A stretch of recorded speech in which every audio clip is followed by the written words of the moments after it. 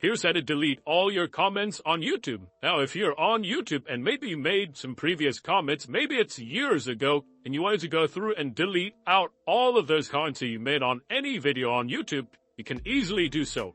So let's hop into the YouTube app here, and we'll tap on our profile at the top right. Now on here, let's tap on Settings midway down.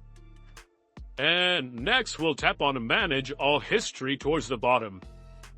This will show all of your history, and we're going to choose Interactions at the top right to get to those comments.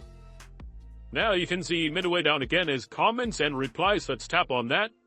And this will show you all of the comments you've ever made. If you wanted to delete all of these comments out, all you have to do is just tap these little X's next to all these comments and just go down the list, and basically at the bottom you can see it is deleting out all those comments. So you can just tap on all of those X's. Unfortunately, there's not one button that will remove every single comment, but it's pretty quick to just tap all those X's, and that will delete out all of those comments.